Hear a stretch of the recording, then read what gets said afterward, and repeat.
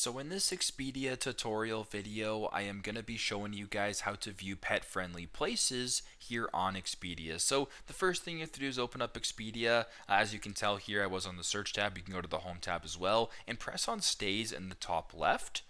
Once you're here, obviously select your location. So I'll just go ahead and press on New York City for this demonstration. Then go to the bottom and press on search. So once your initial search is here, to refine it even more, what you have to do is go to sort and filter. So where it says popular right here in the top left, press on the thing right beside it. Scroll down until you come across amenities. And if you're looking for pet friendly places, the first option right here is pet friendly. Make sure that is selected. Then go to the bottom and press on done.